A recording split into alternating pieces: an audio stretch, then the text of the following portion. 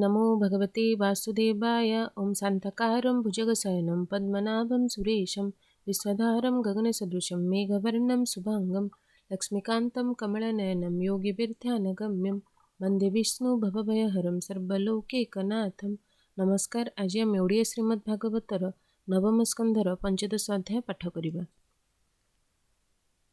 सुकोवाच एबेह शुण नरनाथ Somer वंशानुचरित Urvashi गर्भे विष्णु तेजे जन्मिले पुरुर बा बीर्जे सुंदर पणे नाही सम शुणसे षडपुत्र नाम आयु श्रुतायु पुणिरय सत्यायु विजय जे जय श्रुतायु सुत वसुमान एक नाम रय नंदन श्रुतंजय सत्यायु सुत जयर तनय अमित विजय तनय जे भीम भीमर पुत्र जे कांचन तासुत हेतु जह्नु होए गंडुसे गंगा जल पिए जह्नुर सुत पुरु नाम बलाक ताहांक नंदन अजक बलाकर सुत कुशता ठारु हेला जात बलाक सुत कुश होई से चारि पुत्र को जन्माई कुशाम्बु पुत्र जे प्रथम तनय द्वितीय संतान तृतीय वसुना में ख्यात कुशनाभ अटे चतुर्थ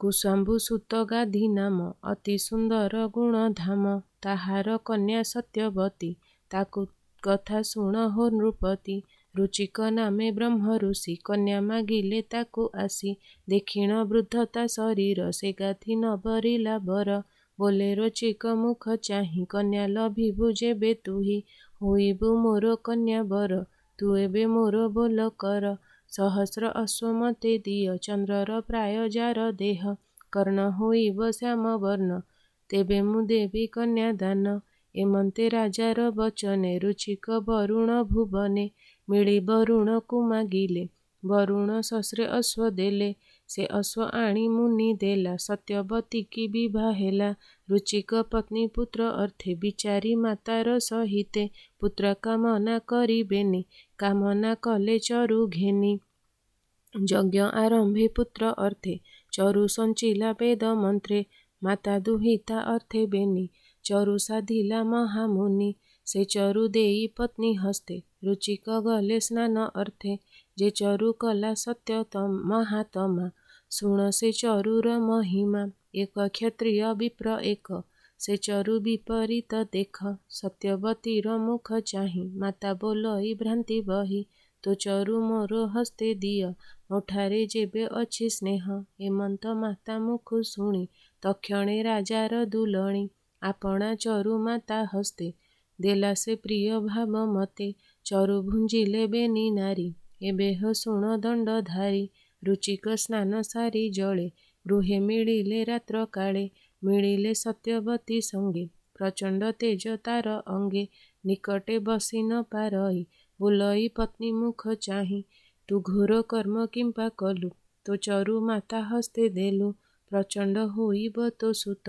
ताते जे कंपिब जगत भ्राता होइब ब्रह्म मुनि संतोष समदम घेनी ता शुणी सत्यवती भाळे पड़िला स्वामी पाद तले कहे कपोळे देई हस्त प्रचंड नहु मोर सुत रचिक पत्नीर वचने भविष्य सुमरिले मने बोइले सुत तो सुतर हे क्षत्रिय महावीर एमंते रचिक वचने पुत्र जन्मिला विप्रवर्णे अति सुंदर सुकुमार रूपे मोहिला तिनिपुर ताहार जमदग्नि नाम तेजे विराजे अग्निशम पुत्र प्रसवी सत्यवती भजिला नदींकर गति से नदी रूपे बही गला कौशिकी नाम पुण्य जला रेणुका रेणुर दुहिता पुण्य पवित्र शुद्ध चिता अति सुंदरी सुकुमारी से कन्या जमदग्नि बरी ता गर्भे जमदग्नि बीर्जे पुत्रे जन्मिले विष्णु तेजे वसुमदादि पुत्र तुले परशुराम उपुजिले से वासुदेव अंशे एक हय राजा कुलांतक परशु दक्ष करे धरी कोपे भ्रमिला वसुंधरी जे दुष्ट क्षत्रिय राजन ब्राह्मणे न करंती मान्य क्षत्रिय गर्भे मत भ्रमे आवृत होई रजतमे एकविंश बार भ्रमिला धरणी क्षत्रिहीन कला परीक्षित उवाच भूमुनि कह म अग्रते ଦୁଷ୍ଟ କ୍ଷତ୍ରିୟ ଏ ଜଗତେ, କ୍ଷତ୍ରିୟ ହୟ ବଂଶ, କିବା ବିଷ୍ଣୁରେ କଲେ ଦୋଷ। ଯେ ଦୋଷେ କରେ ଶସ୍ତ୍ର ଧରି, ନିକ୍ଷେତ୍ର କଲେ ବସୁନ୍ଧରି। ଶୁକ ଉବାଚ, କହନ୍ତି ଶୁକ ମୁନିବର, ଶୁଣ ହେ ଉତ୍ତରା କୁମର। ଅର୍ଜୁନ ନାମେ ବୀର ଅଂଶେ, ଜନ୍ମିଲେ ହୟ ବଂଶେ। ଦତ୍ତ ଯେ ନାରାୟଣ ଅଂଶ, ତା ପାଦେ ହୋଇଲେ ବିଶ୍ୱାସ। ଅନେକ ଆରାଧନା କଲେ, ସେ ତାଙ୍କୁ ତୋଷେ ବର ଦେଲେ। ତପେ ସହସ୍ର ଭୁଜ ଧରି, ତେଜ ସାମର୍ଥ୍ୟ ଯଶ ସିରି। ଅଣିମା ଆଦି ଅଷ୍ଟ ସିଦ୍ଧି, ଲଭିଲା ଅନେକ ସମୃଦ୍ଧି। ଭ୍ରମଇ ଏ ତିନି ଭୁବନେ, ପ୍ରଚଣ୍ଡ ଯେସନେ ପବନେ। ଦିନେକ ସ୍ତ୍ରୀ ଗଣ ସଙ୍ଗେ, ଦିଗ ବିଜୟ କଲା ରଙ୍ଗେ। କାମିନୀ ସଙ୍ଗେ ରସ ଭୋଳେ, ପଶିଲା ରେବା ନଦୀ ଜଳେ। ବୈଜୟନ୍ତୀ ମାଳା ଗଳେ, ନାରୀଙ୍କ ସଙ୍ଗେ ଜଳେ ଖେଳେ। ଜଳ ନିଷେଧି କ୍ରୀଡ଼ା କାଳେ, ନଦୀ ବାନ୍ଧିଲା ଭୁଜ ବଳେ। ଭୁଜ ଉପରେ ଭୁଜ ଦେଲା, ନଦୀ ଜଳକୁ ବନ୍ଦୀ କଲା। ନଦୀ ବହିଲା ପ୍ରତି ସ୍ରୋତେ, ବାମ ଦକ୍ଷିଣେ ଗ୍ରାମ ଯେତେ। ପର୍ବତ ଆଦି ଘୋର ବନ, ସ୍ଥଳ ଗଭୀର ଦେବସ୍ଥାନ। ପ୍ରଳୟ ପ୍ରାୟ ଜଳ ପୁରେ, କାମିନୀ ଗଣେ କ୍ରୀଡ଼ା କରେ। ଏହି ସମୟେ ଦଶାନନ, ଦିଗ ବିଜୟ କରି ମନ। ମହିଷ୍ମତୀ ପୁର ସମୀପେ, ଶିବିର ନେଇ ତହିଁ ସ୍ଥାପେ। ଜଳରେ ପ୍ଲାବିତ ଶିବିର, ଦେଖି କୁପିତ ଦଶ ଶିର। ଅର୍ଜୁନ ପାଶେ ସେ ମିଳିଲା, ନିନ୍ଦିତ ବାକ୍ୟେ ଗାଳି ଦେଲା। ତା ଶୁଣି ସହସ୍ର ଅର୍ଜୁନ, ହେଳେ ବାନ୍ଧିଲା ଦଶାନନ।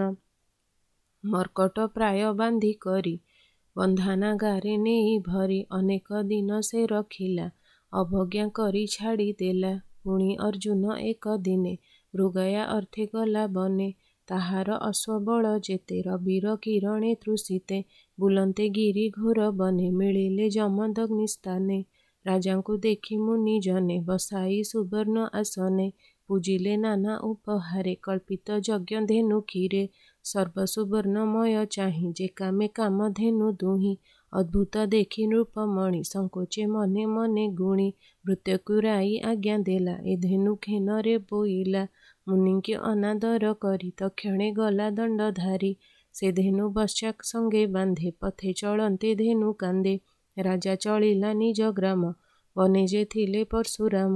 ଯଜ୍ଞ ଆହୁତି ଭଙ୍ଗ ଶୁଣି, ଗୃହେ ମିଳିଲେ ଭୃଗୁମଣି। ବତ୍ସା ସହିତେ ଧେନୁ ନେଲା, ପିତାଙ୍କୁ ଅନାଦର କଲା।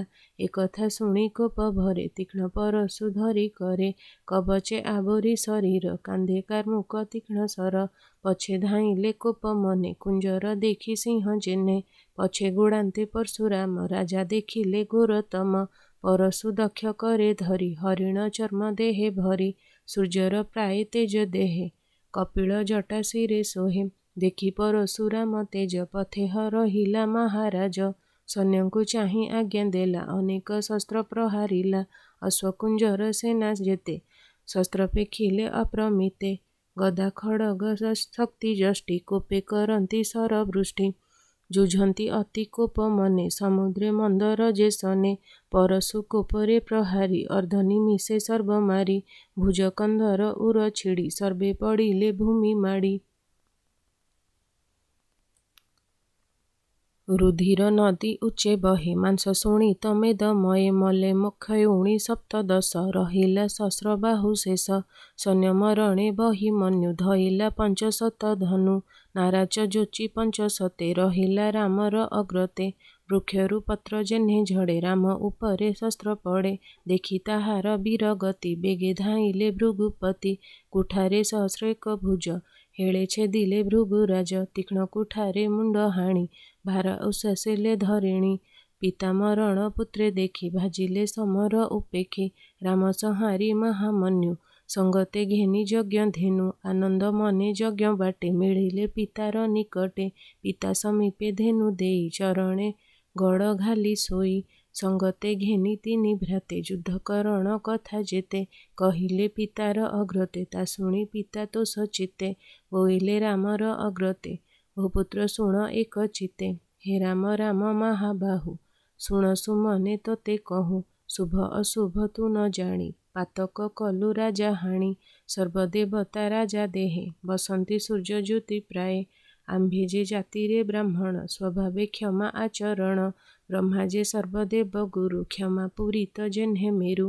तेणु बसिला सत्यलोके अशेष लक्ष्मी भुंजे एके क्षमा जाहार हृदय रहे विष्णु बसंती तार देहे एणु जे नृप बध करे दुरिंतु केबे हे न तरे एबे तु तीर्थ सेवा कर तोठारु पाप हेब दूर चित्ते चिंतिबु नारायण अन्यथा नाही परित्राण परशुरामर काहाणी जे नर श्रुति पथे शुणी नरक पथे नाही भ्रांति हेळे जे संसारु तरंती दोलोई विप्र जगन्नाथ नवमे पंचानुचरित इति श्रीमद्भागवते महापुराणे परमहंस संहितायां नवमस्कन्धे 15 अध्यायः। ओं नमो भगवते वासुदेवाय।